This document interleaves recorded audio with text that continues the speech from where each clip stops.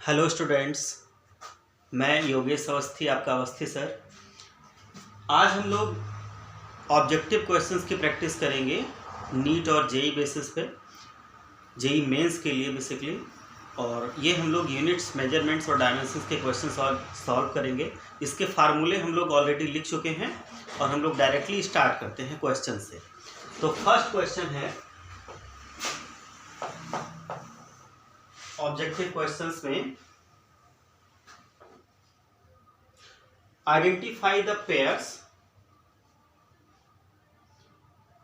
whose dimensions are equal। हमको जो options given हैं उनमें से वो पेयर फाइंड आउट करना है जिनके डायमेंशंस इक्वल हैं। तो पहला पेयर है इसमें ए पार्ट में टॉर्क एंड वर्क। फर्स्ट है टॉर्क एंड वर्क, दूसरा है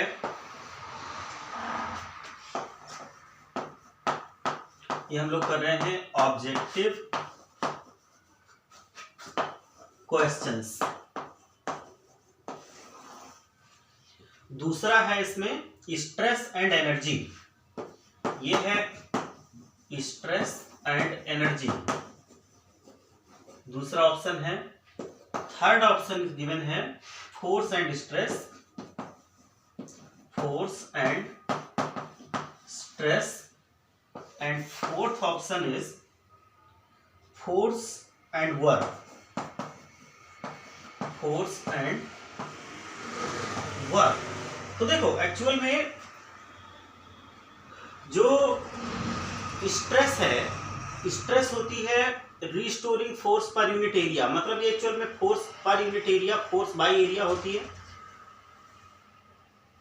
और जो एनर्जी है, एनर्जी तो जानते ही हो, काइनेटिक एनर्जी हाफ mv², इसकी स्ट्रेस की यूनिट हो जाती है। अगर यूनिट में देखो, यूनिट सेम तभी डायमेंशन सेम हो सकता है, अगर यूनिट डिफरेंट है तो डायमेंशन भी डिफरेंट है। ये यहाँ पे ट्रिक है कि हम लोग डायरेक्टली सबके डायमेंशंस नहीं निकालेंगे, हम लोग फोकस करेंगे यूनिट पे। अगर यूनिट सेम है तभी डायमेंशन सेम हो सकते हैं, नहीं तो सेम नहीं हो सकते।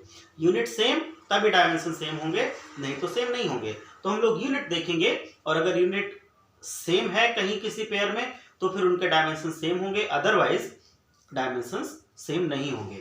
तो यहाँ पे स्ट्रेस चुकी है, फोर्स, हम लोग अभी इस पार्ट को छोड़ रहे हैं, एक्चुअल में यही करेक्ट है। तो पहले ही करेक्ट देख लेंगे तो बाकी सारे इनकरेक्ट देखने की जरूरत नहीं पड़ेगी। तो बाकी पहले हम लोग थोड़ा सा डिस्कस कर लेते हैं, फिर करेक्ट पे आते हैं कि वो करेक्ट कैसे था। ये सब पहले देख लेते हैं कि इनकरेक्ट है, नहीं तो फिर इनको तो डिस्कस ही नहीं करेंगे, वो पहले पे ही बात बन जाएगी। खैर एग्जाम में तो वहीं पे बात बना लेनी है। यहाँ पे जब टॉर्क और वर्क का देखोगे सेम डायमेंशन आ गए, इनकी कोई जरूरत नहीं है हमें। बट यहाँ पे चूंकि हम लोग सीख रहे हैं कि क्वेश्चन सॉल्व कैसे करना है, तो अभी हम लोग सब कुछ देखेंगे, हर एक ऑप्शन का देखेंगे डायमेंशन कि किसका सेम है किसका सेम नहीं है। यहाँ पे ये करेक्ट होगा, क्यों होगा वो भी अभी देख रहे हैं। स्ट्रेस हमने बताया था फोर्स पर यूनिट एरिया है, तो ये न्यूटन बाई मीटर स्क्वायर हो जाएगा इसकी यूनिट। और एनर्जी की यूनिट जूल होती है, तो डिफरेंट है, नहीं हो सकता इनका डायमेंशन सेम। फोर्स यूनिट इसकी न्यूटन है, स्ट्रेस फिर से वही न्यूटन पर मीटर स्क्वायर है, तो डायमेंशन सेम नहीं हो सकता क्योंकि यूनिट डिफरेंट है। Force unit Newton, work unit joule, तो इनके भी डायमेंशन सेम नहीं है। मतलब तीन के तो सेम नहीं है, ये श्योर हो गया। अब अगर इनका देखो, जो टॉर्क होता है, टॉर्क एक्चुअल में होता है perpendicular force, sorry perpendicular distance और फोर्स का product of force and perpendicular distance. तो फोर्स न्यूटन हो गई यूनिट, और परपेंडिकुलर डिस्टेंस किसी भी टाइप की हो उसकी यूनिट होगी मीटर, तो इसका डायमेंशन या इसकी यूनिट हो गई न्यूटन मीटर। ऐसे ही अगर वर्क को देखोगे तो वर्क होता है force into displacement in the direction of force, force into displacement in the direction of force, means force और डिस्प्लेसमेंट का प्रोडक्ट है ये। तो फोर्स की यूनिट न्यूटन और डिस्प्लेसमेंट की यूनिट मीटर, तो इसकी भी यूनिट हो गई न्यूटन इंटू मीटर और इसकी भी यूनिट हो गई न्यूटन इंटू मीटर। तो दोनों की यूनिट सेम है तो डायमेंशन भी सेम होगा, तो ये हमारा करेक्ट ऑप्शन होगा। यूनिट सेम है, डायमेंशन भी सेम होगा। क्लियर है सबको? तो इस तरह से ये बहुत आसानी से हो जाता है। अब अगर इसको तुम डायमेंशन निकालने में बैठोगे तो फिर उसमें टाइम ज्यादा लगेगा, ये इसमें हमारा टाइम भी बचाएगा और क्वेश्चन करेक्ट भी होगा। क्लियर है? ठीक है, लिख लेना।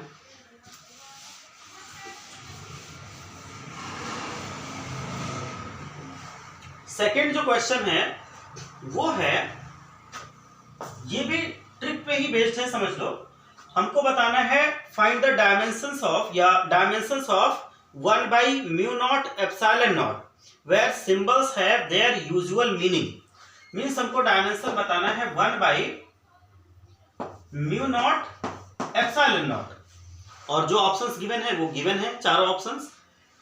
अब देखो इसमें एक्चुअल में जो म्यू नॉट है ये तुम लोग पढ़ चुके हो, चूंकि नीट और जेई का पेपर तभी देते हो जब 11th और 12th पढ़ चुके होते हो। तो 12th में हम लोग एक चैप्टर पढ़ते हैं इलेक्ट्रोमैग्नेटिक वेव्स। क्लियर है? हम लोग क्या पढ़ते हैं? Electromagnetic waves. तो इलेक्ट्रोमैग्नेटिक वेव्स में हम लोग स्पीड ऑफ लाइट देखते हैं, और स्पीड ऑफ लाइट हमारी होती है c 1 by √mu naught epsilon naught। Clear है?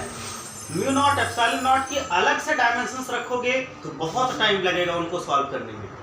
जब हम लोग रखेंगे डायरेक्टली इस फार्मूले के बेसिस पे इनके डायमेंशंस कैलकुलेट करेंगे तो बहुत इजीली वो कैलकुलेट हो जाएगा, टाइम भी बचेगा, सब कुछ सही होगा। तो अब यहाँ पे देखो हम लोग को 1 by mu naught epsilon naught का डायमेंशन चाहिए, बट सी जो स्पीड ऑफ लाइट है वो इक्वल है 1 by √mu naught epsilon naught के। तो हम दोनों साइड का स्क्वायर कर देंगे। स्क्वायर करो, स्क्वायरिंग बोथ साइड्स, स्क्वायर कर दो। तो अब ये हो जाएगा c square is equal to 1 by mu naught epsilon naught। c क्या है? स्पीड ऑफ लाइट है, और वो c का स्क्वायर किसके इक्वल है? 1 by mu naught epsilon naught के। मतलब यही जो 1 by epsilon naught mu naught जिसका डायमेंशन चाहिए वो इक्वल हो गया c स्क्वायर के। मतलब जो स्पीड के स्क्वायर का डायमेंशन होगा वही इक्वल होगा 1 by mu naught epsilon naught के डायमेंशन के इक्वल, क्योंकि स्पीड का स्क्वायर इक्वल है 1 by mu naught epsilon naught के। मतलब 1 by mu naught epsilon naught का डायमेंशन इक्वल होगा जो स्पीड का डायमेंशन होता है उसके स्क्वायर के। तो इस वजह से जो डायमेंशन होगा, dimension of 1 by mu naught epsilon naught it will be equal to square of dimension of speed. और स्पीड का डायमेंशन क्या होता है? सब लोग जानते हो, l t पावर -1। तो इसका डायमेंशन होता है l t पावर -1, स्क्वायर हम लोग कर देंगे तो ये हो जाएगा finally l square t power -2। तो इसका मतलब 1 by mu naught epsilon naught का डायमेंशन होगा l स्क्वायर t पावर -2। तो जो भी डायमेंशन जिस ऑप्शन में ये वाला डायमेंशन गिवन होगा यही हमारा करेक्ट होगा। क्लियर है? तो इसमें जो भी ऑप्शंस गिवन है उसमें ये डायमेंशन हमारा आ रहा है ऑप्शन सी में। तो जो क्वेश्चन यहाँ पे है उसमें ऑप्शन सी हमारा करेक्ट होगा। तो ये 1 by mu naught epsilon naught का dimension l square t power -2 होगा। क्लियर है सबको? नेक्स्ट क्वेश्चन करते हैं।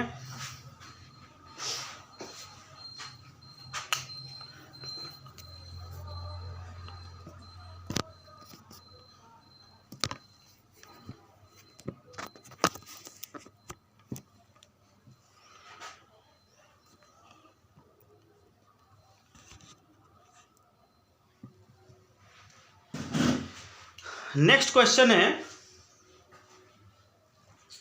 The physical quantities not having same dimensions. इसमें हमें वो क्वांटिटीज देखनी है जिनके डायमेंशन सेम नहीं है। एक क्वेश्चन था जिसमें डायमेंशन सेम थे, वो पेयर देखना था। अब एक इसमें ऐसा ऑप्शन होगा जिसमें डायमेंशन सेम नहीं होंगे। तो देखो यहाँ पे क्वेश्चन 3 में जो ऑप्शंस गिवन है वो फर्स्ट ऑप्शन गिवन है टॉर्क एंड वर्क का।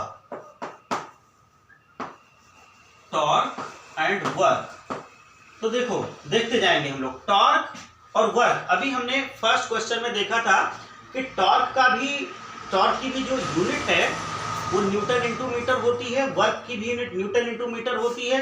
तो न्यूटन इंटू मीटर इसकी भी यूनिट, इसकी भी यूनिट, तो दोनों की जब यूनिट सेम होंगी तो इनका डायमेंशन भी सेम होगा। मतलब इसमें दोनों क्वांटिटी के डायमेंशन सेम है, तो ये हमारा ऑप्शन नहीं होगा। हमें वो ऑप्शन देखना है जिसमें डायमेंशंस डिफरेंट है। तो इसमें तो सेम है, इस वजह से ये ऑप्शन करेक्ट नहीं होगा। दूसरा देखो इसमें कह रहे हैं momentum and Planck's constant, momentum and Planck's constant.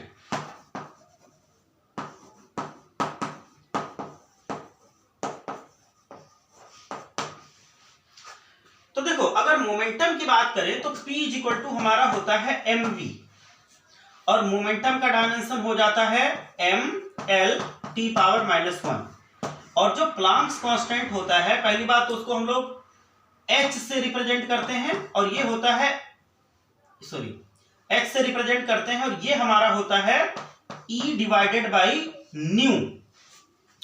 तुम लोगों ने पढ़ा होगा कि जो फोटोन की एनर्जी होती है E, वो होती है hν के इक्वल। तो वहां से जो h होता है प्लांक्स कांस्टेंट, वो इक्वल हो जाता है E एनर्जी है, एनर्जी बाय फ्रीक्वेंसी। अब एनर्जी का डायमेंशन पहले से हम लोग जानते हैं, एनर्जी का डायमेंशन होता है mL²T⁻², और जो फ्रीक्वेंसी है, फ्रीक्वेंसी का भी डायमेंशन उस लिस्ट में है, फ्रीक्वेंसी का डायमेंशन हमारा होता है T⁻⁻1। तो अब एनर्जी का dimension mL²T⁻² divided by T⁻⁻1, तो ये ऊपर जाएगा तो ऐड हो जाएगा इसमें, तो ये T⁻⁻2 + 1, तो सिर्फ -1 बच जाएगा T में। तो फाइनली H का डायमेंशन हो जाता है mL²T⁻⁻1। तो देखो ये भी सेम नहीं है, क्योंकि यहाँ पे L आ रहा है और यहाँ पे L² आ रहा है, इस वजह से ये ऑप्शन ऐसा है जिसमें दोनों के डायमेंशंस सेम नहीं है, और यही हमें चूज करना था। तो बाकी को चेक करने की जरूरत नहीं है। जो सेकंड ऑप्शन है, इसमें मोमेंटम और प्लांक्स कांस्टेंट है ऑप्शंस में, और इनके डायमेंशंस हमने कैलकुलेट करके देख लिए, डायमेंशंस डिफरेंट हैं, तो यही ऑप्शन हमारा करेक्ट है। क्लियर है? अब एग्जाम में बाकी सब कुछ चेक करने की जरूरत नहीं है, जहां पे मिल जाए सही वहीं पे छोड़ के अगले क्वेश्चन पे बढ़ना है। क्लियर है? लिख लो सब लोग। ठीक है,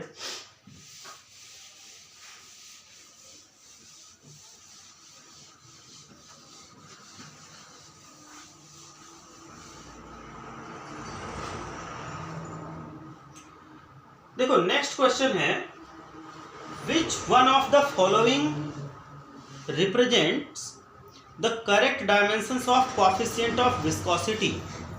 कोएफिशिएंट ऑफ विस्कोसिटी का डायमेंशन हम लोगों को देखना है। क्वेश्चन 4 में कोएफिशिएंट डायरेक्टली याद है तब भी अच्छी बात है, अगर याद ही करके गए हो कि कोएफिशिएंट ऑफ विस्कोसिटी का ये डायमेंशन होता है, तो डायरेक्टली उसमें ऑप्शन देख के करेक्ट बता सकते हो कौन सा है।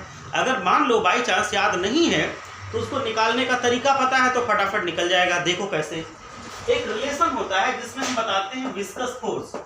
तो विस्कस फोर्स होता है, ये मैकेनिकल प्रॉपर्टीज ऑफ फ्लूइड्स में रिलेशन है, ये होता है Fv विस्कस फोर्स 6π∗RV, जहां पे ये तो विस्कस फोर्स है, 6π कांस्टेंट है, ईटा वही कोएफिशिएंट ऑफ विस्कोसिटी है, R जिस पे ये लग रहा है, जिस बॉल पे विस्कस फोर्स, उसकी रेडियस है, V वेलोसिटी है। तो यहां से अगर हम लोग ईटा लिखते हैं तो ये हो जाता है Fv डिवाइडेड बाई 6πRV। अब अगर इसका डायमेंशन निकालना है तो ऊपर और नीचे जितनी क्वांटिटीज हैं उन सबका डायमेंशन लिखेंगे हम, और फिर कैलकुलेट करेंगे। तो ये ईटा हमारा हो जाएगा, ऊपर फोर्स है, कोई भी फोर्स हो, XYZ फोर्स है, उसकी यूनिट न्यूटन, और डायमेंशन जो होता है वो फोर्स का डायमेंशन क्या होता है mL⁻², तो ऊपर mL⁻² आ गया, और नीचे देखो ये 6π है, 6π कांस्टेंट है, कोई डायमेंशन नहीं होगा इसका। R रेडियस है, रेडियस एक टाइप की डिस्टेंस है, डायमेंशन L होगा। V वेलोसिटी है, जानते हो इसका डायमेंशन L⁻⁻1 होगा, क्योंकि वेलोसिटी की unit metre per second, metre length second time, तो L⁻⁻1 होता है।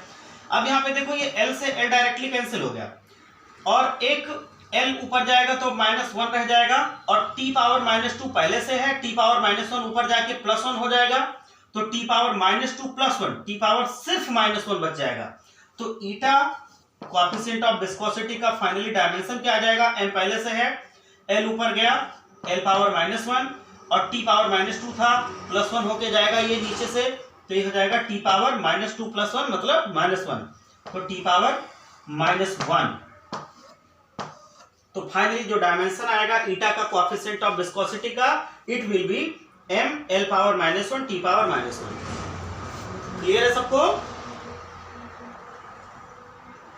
ठीक है, तो याद था तो डायरेक्टली लिख सकते हो, नहीं तो कैलकुलेट कर सकते हो। 20-30 सेकंड लगेगा इसमें फाइनली, और हो जाएगा फटाफट। तो अगर तरीका पता है तब भी बहुत अच्छी बात है, सब कुछ रटना ही बहुत जरूरी नहीं है, जो मेन चीजें हैं उनको याद कर लो, बाकी अगर तरीका तुम्हें आता है तो चुटकियों में क्वेश्चन हो जाता है। नेक्स्ट क्वेश्चन है एक, ये है one of the following pairs which one does not, out of the following pairs which one does not have identical dimensions। तो फिर से हमें देखना है कि किस में आइडेंटिकल डायमेंशंस नहीं है, किस पेयर में डायमेंशन सेम नहीं है, हमको वो देखना है। किस पेयर में डायमेंशन सेम नहीं है, हमको नहीं वाला ऑप्शन चूज करना है फिर से। तो देखो इस बार क्या है, पहला जो ऑप्शन है वो है मोमेंट ऑफ इनर्शिया और मोमेंट ऑफ फोर्स। पहला ऑप्शन क्या है, moment of inertia end moment of force.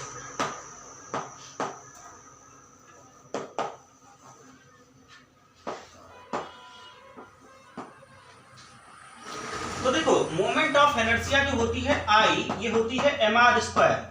m मास है, r डिस्टेंस है, तो इसका डायमेंशन हो जाता है m का, तो m ही हो गया मास का, और ये डिस्टेंस का स्क्वायर है तो ये l² हो जाएगा। तो मोमेंट ऑफ इनर्शिया का डायमेंशन ml² हो जाता है। और जो मोमेंट ऑफ फोर्स है, मोमेंट ऑफ फोर्स का मतलब टॉर्क, मोमेंट ऑफ फोर्स कहते हैं टॉर्क को, तो टॉर्क का एक और नाम होता है मोमेंट ऑफ फोर्स। क्योंकि जब फोर्स का मोमेंट लेते हैं, मतलब बेसिकली जब उसका टर्निंग इफेक्ट देखते हैं, जब वो ऐसे रोटेट कराता है तभी वो टॉर्क बन जाता है। तो इस वजह से मोमेंट ऑफ फोर्स को टॉर्क ही वो होता है, उसकी दूसरा इसका एक नाम है। तो मोमेंट ऑफ फोर्स का मतलब टॉर्क, और टॉर्क अभी हमने बताया था कि ये होता है फोर्स और परपेंडिकुलर डिस्टेंस का प्रोडक्ट। तो ये क्या है, force into R perpendicular distance, force into perpendicular distance. तो फोर्स का डायमेंशन ml t पावर -2, और ये परपेंडिकुलर डिस्टेंस, इसका डायमेंशन l ही होगा क्योंकि डिस्टेंस तो डिस्टेंस है। तो इसको जब देखोगे तो ये l और l मिलके l² हो जाएगा, तो ये हो जाता है ml² t पावर -2।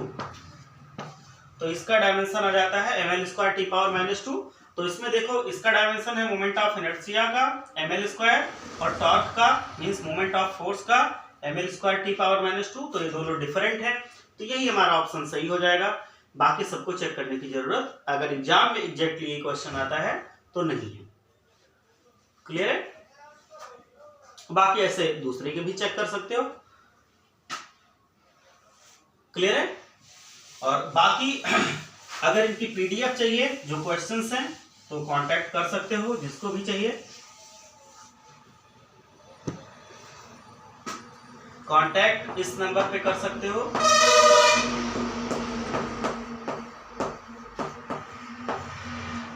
क्लियर है सबको? इस पे कांटेक्ट करके इसकी पीडीएफ ले सकते हो कि बाकी और ऑप्शंस क्या है, वो सारी चीजें, क्योंकि ज्यादा से ज्यादा क्वेश्चंस हम लोग को कवर करने हैं। अब देखो नेक्स्ट है, which of the following units denotes the dimensions m। एक डायमेंशंस गिवन है इस क्वेश्चन में, और डायमेंशन गिवन है ml² divided by q², where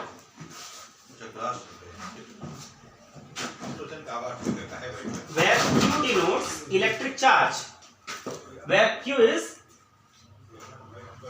electric charge,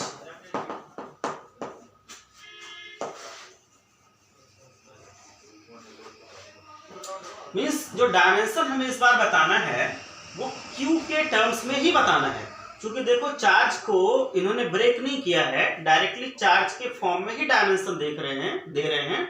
तो हमको ऐसा ऑप्शन चूज करना है जिसमें चार्ज के फॉर्म में ही डायमेंशन हमें लिखना हो और ये डायमेंशन आ जाए। जो क्वांटिटीज गिवन है हमारे ऑप्शंस में उनका डायमेंशन हम लोग देखेंगे, चार्ज को चार्ज ही रहने देंगे, क्योंकि इन्होंने पहले से ही दे दिया है चार्ज के फॉर्म में ही बताना है, तो चार्ज के फॉर्म में ही रहने देना है और फिर देखना है कि किसका डायमेंशन इसके इक्वल आता है। तो देखते हैं क्या क्या इसमें है ऑप्शन में। पहला है वेबर। अब देखो ये सारी चीजें पता होनी चाहिए कि क्या है एक्चुअल में वेबर। अब वेबर अगर याद है तो ये होता है SI unit of magnetic flux. Weber is what, जो पहला ऑप्शन है वो है वेबर, WEBER, और वेबर होती है SI unit of magnetic flux. तो ये है मैग्नेटिक फ्लक्स को बेसिकली ये रिप्रेजेंट कर रही है। अब मैग्नेटिक फ्लक्स को हमें देखना है कि उससे हम लोग कैसे डायमेंशन निकाल सकते हैं क्यू के टर्म्स में। क्लियर है? तो अब देखो इसको रिप्रेजेंट करते हैं हम लोग फाई से, और जो फाई होता है वो एक इसका रिलेशन है Li, phi is equal to Li। अब L क्या है? ये है सेल्फ इंडक्टेंस। क्लियर है? ये होता है जिस कॉइल या जिस सोलेनॉइड की फ्लक्स की हम लोग बात कर रहे होते हैं उसका ये होता है सेल्फ इंडक्टेंस, और I तो करंट है ही। क्लियर है? I हमारी करंट है। अब सेल्फ इंडक्टेंस की यूनिट या फिर डायमेंशन हम लोग कैसे लिखेंगे? एक और रिलेशन होता है जिसमें हम लोग लिखते हैं जो बेसिकली इंडक्टर्स होते हैं। इंडक्टर में ये दोनों चीजें आती हैं, चाहे हम सोलेनॉइड की बात करें चाहे कॉइल की बात करें, दोनों का ही अपना सेल्फ इंडक्टेंस होता है। जिसका इंडक्टेंस होता है वही इंडक्टर है। तो एक्चुअल में जो इंडक्टर होता है उसकी स्टोर्ड एनर्जी होती है, उस एनर्जी से हम लोग एल का डायमेंशन निकालेंगे। देखो अब एनर्जी क्या होती है? इसकी एनर्जी होती है half Li square, half Li square. तो अब L को हम लोग क्या लिख सकते हैं? L को यहां से लिख सकते हो 2E मल्टीप्लाई हो जाएगा जाके उधर divided by I square. Value put कर दो तो यहां से देखोगे तो फाई हमको मिल जाएगा, L की जगह पे क्या आ गया? 2E divided by I square multiplied by I से ये I का स्क्वायर कैंसिल हो जाएगा।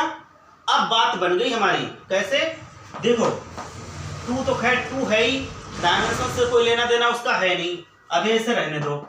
और नीचे जो करंट है, चूंकि अब देखो ध्यान से इन्होंने जो डायमेंशन दिया है वो क्यू यानी कि चार्ज के टर्म्स में दिया है, तो करंट को हमें चार्ज के टर्म्स में ब्रेक करना पड़ेगा। तुम जानते हो करंट क्या होती है? Charge flowing through a given area in unit time, मतलब ये चार्ज बाय टाइम होती है।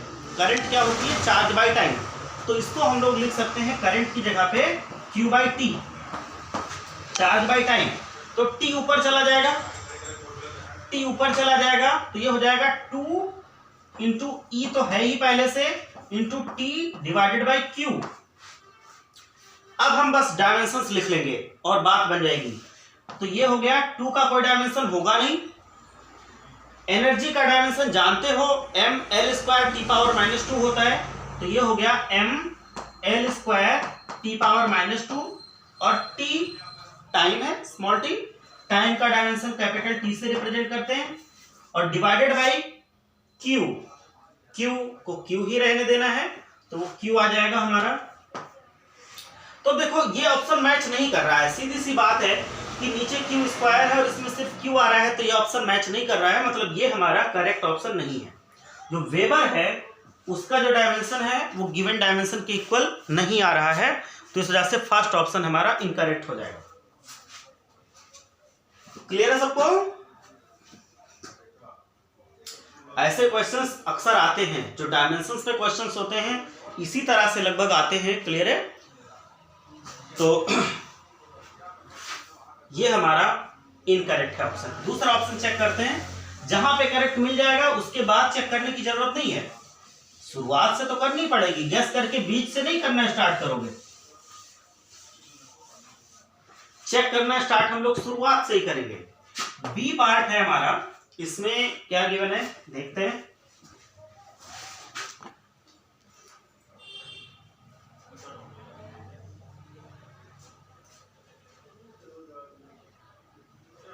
इसमें गिवन है वेबर पर मीटर स्क्वायर। ओहो, वेबर पर मीटर स्क्वायर। तो अभी वेबर का तो हम लोग देख ही चुके थे, क्या है डायमेंशन। दूसरा जो ऑप्शन है इसमें दे रहे हैं वेबर, उसका सिंबल होता है वेबर का पर मीटर स्क्वायर। तो वेबर का भी हमने देखा था, वो था energy into time divided by Q. तो वो m l square T power -2 into T divided by Q, यहां तक था। अब इसमें m स्क्वायर से नीचे और डिवाइड हो रहा है, m लेंथ की यूनिट है, तो ये इंटू l स्क्वायर और आ जाएगा। भले ही l स्क्वायर आ रहा है, आने दो, लेकिन अभी भी वो मैच नहीं कर रहा है। बाकी करने की जरूरत नहीं है, मैच इसलिए नहीं कर रहा है क्योंकि यहाँ पे तो क्यू स्क्वायर है, यहाँ पे क्यू स्क्वायर नहीं है अभी भी। तो ये भी हमारा इनकरेक्ट है option. Second option is incorrect, ये भी इनकरेक्ट है, मैच नहीं किया, इनकरेक्ट है ये भी। थर्ड पे आ जाओ। थर्ड में क्या दे रहे हैं,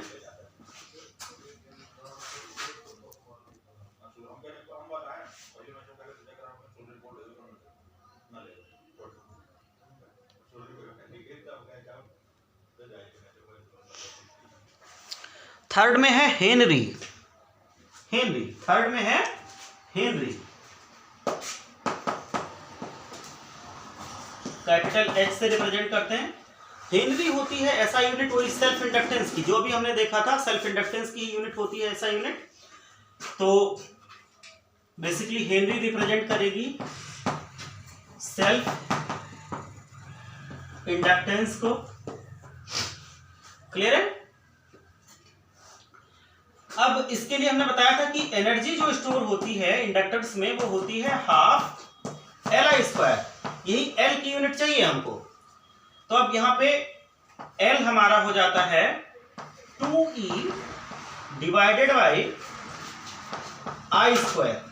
अब 2 का तो कोई डायमेंशन होगा नहीं, डायमेंशन होगा एनर्जी का। एनर्जी का डायमेंशन होता है ml स्क्वायर टी पावर -2 और डिवाइडेड बाई आई स्क्वायर। आई हमने बताया था कि ये होता है Q बाई टी, तो आई स्क्वायर हो जाएगा Q square by T square, या ऐसे लिख सकते हो Q बाई टी का होल स्क्वायर। अब एक टी स्क्वायर ऊपर चला जाएगा, Q स्क्वायर नीचे रह जाएगा। तो यहां पे दिख रहा है कि बात बन सकती है, क्योंकि नीचे Q स्क्वायर आया है यहाँ पे और यहाँ पे भी आ रहा है, तो शायद पॉसिबिलिटी है, देखते हैं। अब फर्दर इसी को हम लोग लिख सकते हैं L ये बेसिकली सेल्फ इंडक्टेंस को रिप्रेजेंट कर रहा है। अब इधर देखो ये हो जाएगा, पहली बात तो ये m l square T power -2 है ही, और एक टी स्क्वायर और ऊपर पहुंच गया ये वाला टी स्क्वायर, और नीचे क्यू स्क्वायर रह जाएगा, तो क्यू स्क्वायर रह गया है नीचे ये। तो देखो ये टी स्क्वायर से टी पावर -2 कैंसिल हो जाएगा, क्योंकि ये टी स्क्वायर है, टी पावर -2 तो ऐड करोगे तो 2 - 2 0 हो जाएगा, तो हट जाएगा। अब हमें ये डायमेंशन मिल जाएगा फाइनली, ये रह गया m और l स्क्वायर और नीचे रह गया बाई क्यू स्क्वायर। अब देखो ये मैच कर रहा है, यहाँ पे भी है ये ml square by Q square, और ये भी आ रहा है कितना ml square by Q square. मतलब ऑप्शन सी हमारा करेक्ट है। यहाँ पे जहां पे करेक्ट मिलेगा वहां तक तो हमें करना ही पड़ेगा, किस्मत की बात है, पहला ही मिल जाए या तीसरा मिले, कभी कभी चौथा भी मिल सकता है, दूसरा मिल सकता है। तो इस वजह से यहाँ पे ऑप्शन 3 या सी हमारा करेक्ट है। क्लियर है सबको, ठीक है।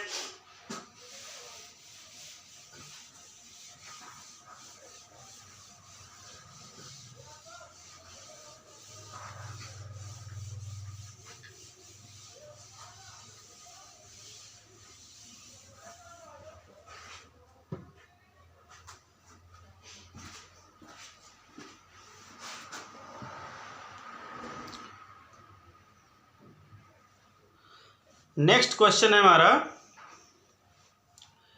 इसमें कह रहे हैं the dimensions of magnetic field in M L T and C coulomb में। मतलब इस बार जो हमें डायमेंशन बताने हैं वो बताना है मैग्नेटिक फील्ड का, किसके किसके टर्म्स में, एम एल टी और सी में। सी है कूलाम, क्लियर है। एम एल टी और सी में हमको डायमेंशन बताना है मैग्नेटिक फील्ड का। तो देखते हैं कैसे निकालेंगे इसको।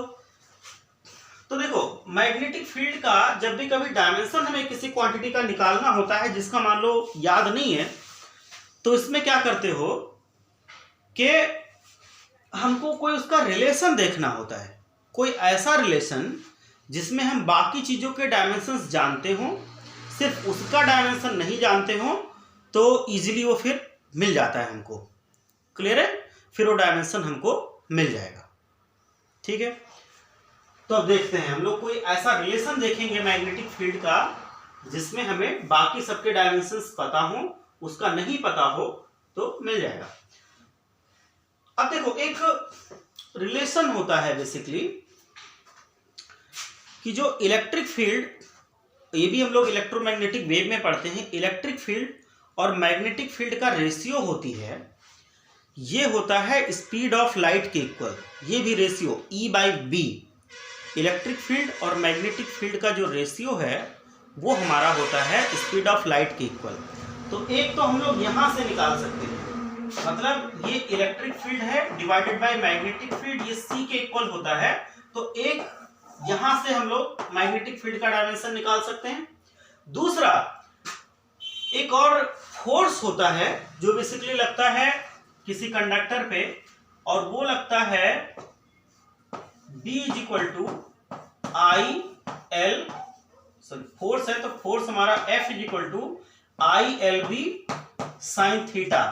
यहां से भी हम लोग निकाल सकते हैं, ये मैं भी निकाल नहीं रहा हूं, मैं बता रहा हूं कि कहां से इजीली निकाल सकते हो मैग्नेटिक फील्ड का डायमेंशन। तो एक तो हम लोग यहां से निकाल सकते हैं, एक यहां से निकाल सकते थे, और एक और है जो किसी चार्ज पे फोर्स लगता है। ये फोर्स है जो किसी कंडक्टर पे लगता है, जो करंट कैरी कर रहा है, मैग्नेटिक फील्ड की वजह से जो फोर्स लगता है। अब दूसरा हम लोग देखेंगे जिसमें मैग्नेटिक फील्ड की वजह से किसी चार्ज पे फोर्स लगता है जब वो मोशन में होता है, तो वो फोर्स होता है F = QVB sin थीटा। अब हम लोग यहीं से डायरेक्टली इसका डायमेंशन निकाल लेंगे, क्योंकि देखो जो इन्होंने क्वेश्चन दिया है उसमें कह रहे हैं कि मैग्नेटिक फील्ड का हमको डायमेंशन चाहिए in terms of M, L, T and C. C is what? C is unit of charge, coulomb. तो यहां पे अगर डायमेंशंस हम लोग हर तरफ का लिखें तो basically M L T power -2 हो जाएगा फोर्स का, M L T पावर -2 हो गया, और Q का डायमेंशन C ही लिखना है जैसा क्वेश्चन में गिवन है, तो इसका डायमेंशन C लिख देंगे। V L T पावर -1 होती है, वेलोसिटी है, और मैग्नेटिक फील्ड का डायमेंशन हमको निकालना ही है, और साइन थीटा एक नंबर होगा, इसका कोई डायमेंशन नहीं होगा।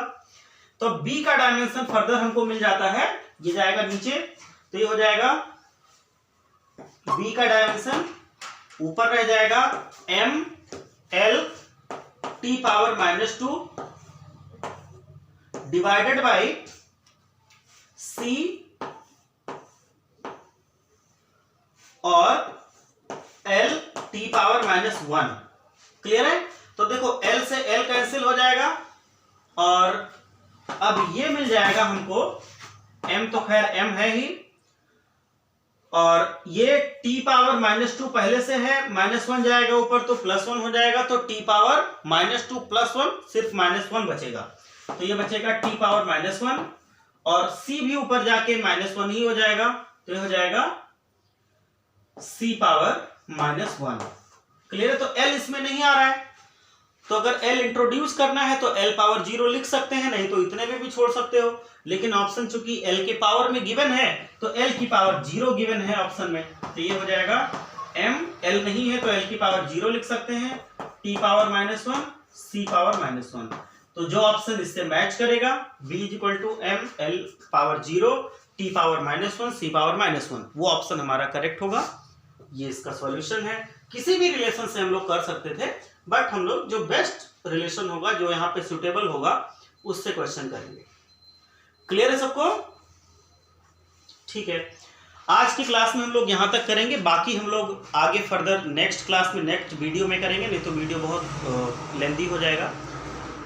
और अगर ये वीडियो हेल्पफुल लग रहा है कि प्रिपरेशन में हेल्प कर रहा है, तो चैनल को सब्सक्राइब जरूर कर दें और उन फ्रेंड्स के साथ भी इसको शेयर कर दें जिनको और ज़रूरत है इसकी, तो उनकी भी हेल्प होगी, तुम्हारी भी हेल्प होगी और सबको इसकी प्रिपरेशन का पूरा मौका मिलेगा।